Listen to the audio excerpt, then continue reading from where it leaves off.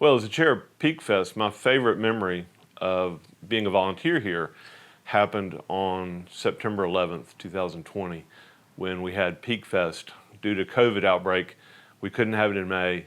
We decided to have it in September.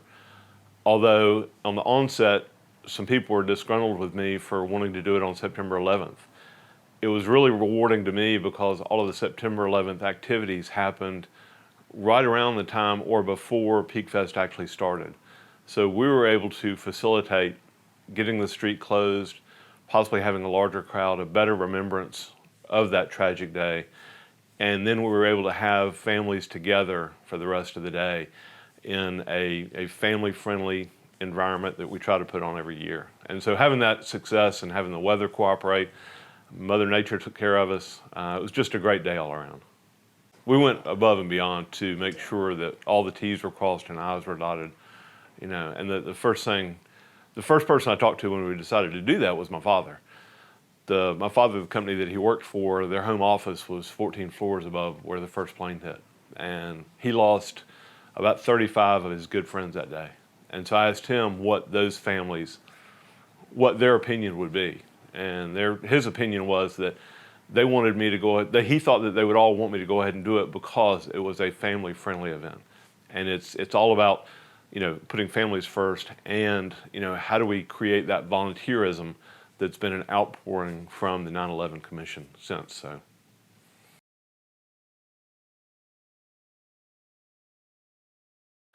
Apex is home to me because we live in a small farm. My parents are next door to us, but I'm 15 minutes away from my hardware store, 15 minutes away from all sporting activities with NC State, 20 minutes away from the airport. And, we can stroll downtown and feel extremely safe and know most of the shop owners downtown because it's a family-friendly town.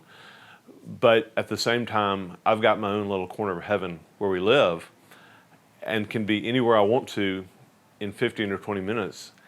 And so it's just a pleasure to come home to this still small town and be able to pick up the phone if need be and call one of the town council or call the mayor or call one of the staff for the town of Apex. And through working with a lot of different entities, it's the ability to have conversations with people, and not in some larger cities, those people are almost in a White Castle. And here is just home because everybody's your friend, everybody's related to you, whether it's blood or not. It was really when I became the president of the chamber the first time. And it was instilled upon us the importance of going to the town council meetings. So we went with all of the town council meetings, went to all the town council meetings. And one of the interesting stories is there's a town council person that was, prior to being on the town council, I noticed this person sitting in the audience, and they were always 1 or 2 rows in front of us. And they would turn around to me and say, how does this work? How do they do this stuff? And because I'd been going to enough of them, I was able to say, well, this is a process. This is what goes on. And it was interesting when that person got elected to be on the council that they didn't forget that. They remembered that I had skin in the game. I was going to the meetings. I was interested. I was providing feedback, not just criticism, but good and bad. And this is how you interact with the town.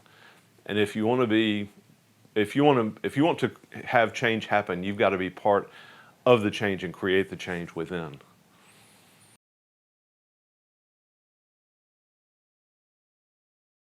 My hopes for Apex, for the potential of Apex moving forward, is the relevancy to where we are as a town celebrating 150 years. The town was started with the railroad, obviously. It was also started because of the tobacco farms in Rougemont that got the mosaic virus. So 5 or 6 families moved to the Friendship, New Hill, Apex area and started farming. One of those houses is the one that I live in.